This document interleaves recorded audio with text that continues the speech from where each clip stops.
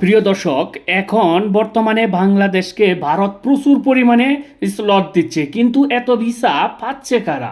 মূল বিষয়টা হচ্ছে যে ভিসাগুলো কে কে পাইতেছে। আর যারা মেডিকেল ভিসা নিয়ে যদি আপনি এক মেডিকেল থেকে আরেক মেডিকেলে কিভাবে যাইবেন, অনেকেই বলে যে আপনি যে মেডিকেল থেকে অ্যাপার্টমেন্ট নেন সেই মেডিকেল ছাড়া অন্য মেডিকেলে চিকিৎসা করা যাবে না, এবং অন্য মেডিকেলে কিভাবে চিকিৎসা করবেন সম্পূর্ণ বিস্তারিত থাকবে আজকের এই ভিডিওতে। তাই ভিডিওটি স্কিপ না করে সম্পূর্ণ ভিডিওটি কন্টিনিউ করুন। হ্যাঁ, আপনারা ঠিকই শুনছেন, ইতিমধ্যে ভারত বাংলাদেশিদের জন্য প্রচুর পরিমাণে স্লট দিচ্ছে।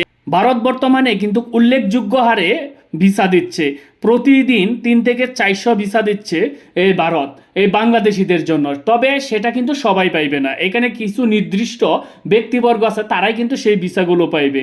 আগে আমরা সেই ভিসাগুলো আলোচনা করি যেন কারা এগুলা পাচ্ছে এবং বাংলাদেশের মানুষের সাথে ভারত কিরূপ মানে ব্যবহার তারা করতেছে।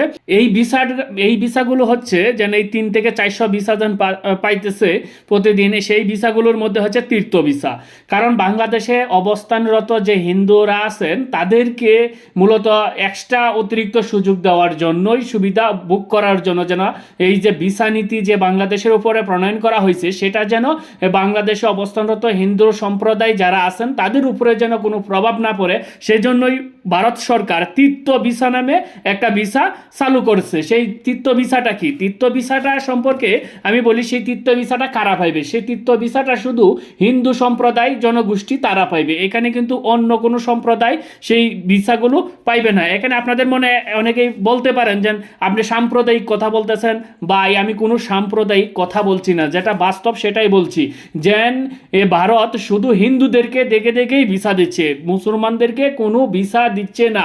মুসলমান কন, খ্রিস্টান কন, বৌদ্ধ কন, অন্য কোনো সম্প্রদায়কে ভিসা দিচ্ছে না বলেই চলে। মেডিকেল ভিসা এবং স্টুডেন্ট ভিসা, এইসব যত ভিসা আছে সব মিলাইয়া 20 থেকে 25টা স্লট প্রতিদিন দিচ্ছে। আর কিন্তু তীর্থ ভিসা 300 থেকে 400 এর মতন প্রায় ভিসা দিচ্ছে। যারা প্রাতিষ্ঠানিকভাবে আবেদন করবে তারাও পাইবে, যারা ব্যক্তিগতভাবে আবেদন করবে তারাও পাইবে। এই তীর্থ ভিসাটা হচ্ছে মন্দির ভিত্তিক।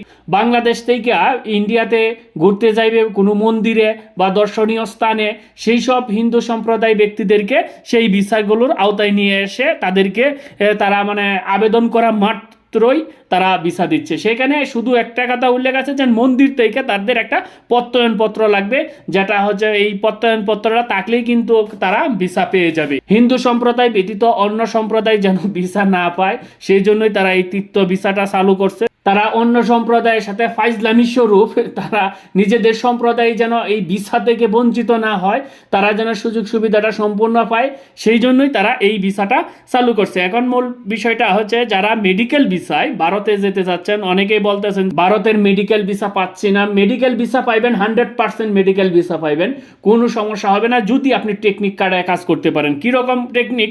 যেন ভারতের সুনামধন্য যে সব হসপিটালগুলো আছে, যেগুলো অনেক বড় হসপিটাল, সেই সব হসপিটাল থেকে আপনি ইনভাইটেশন অ্যাপয়েন্টমেন্ট নিয়ে আসবেন, নিয়ে এসে যখন আবেদন করবেন তখন আপনি মেডিকেল ভিসা 100% আপনি মেডিকেল ভিসা পাইবেন। এটা 100তে 100 আমি বলে দিলাম যে 100% আপনি মেডিকেল ভিসা পাইবেন যদি আপনি ভারতের কোনো সুনামধন্য বড় হসপিটাল থেকে ইনভাইটেশন অ্যাপয়েন্টমেন্ট নিয়ে আসতে পারেন, তাইলেই পাইবেন।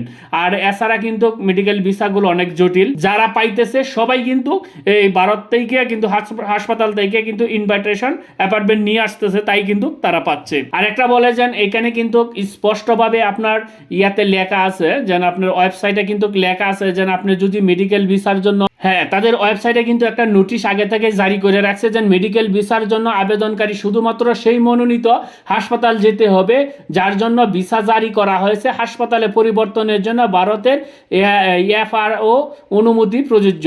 এটা বলছে যে এছাড়া নিষেধাজ্ঞা অনেক কিছু হইতে পারে, বিধি লঙ্ঘন হইতে পারে বা এইরকম অনেক কিছু বলতে পারে। কিন্তু এখানে একটা বিষয় হচ্ছে যে আপনি যে কোনো একটা হাসপাতালের ইনভাইটেশনের অ্যাপয়েন্টমেন্ট নিয়ে যদি আপনি ভারতে যান, ভারতে যাওয়ার পর আপনি এটা পরিবর্তন করতে পারবেন। সব জায়গায় কিন্তু আইনের গ্যাপ আছে, সব জায়গায় এইরকমই আছে। আপনি যে মেডিকেলের থেকে আপনি অ্যাপয়েন্টমেন্ট নেবেন, সেই মেডিকেলের ভিসাটা যখন হাতে পাই আপনি যাইবেন সেই জায়গায় গিয়া, এইখানে যে কম্পিউটার অপারেটর আছে তার সাথে একটু আপনি যোগাযোগ করবেন যে আমার এই হাসপাতালে নিব না, অন্য একটা হাসপাতালে আপনি যাইবেন কি, ওই কম্পিউটার অপারেটরের সাথে যোগাযোগ করবেন, যোগাযোগ করে বলবেন আমার এই ভিসাটা পরিবর্তন করে এই মেডিকেলে দিয়ে দাও। কিন্তু সেটা দেওয়া সম্ভব, তাদের আইন অনুযায়ী যে নিয়ম, সেই নিয়ম তো অবশ্যই আছে সেটা থাকবে।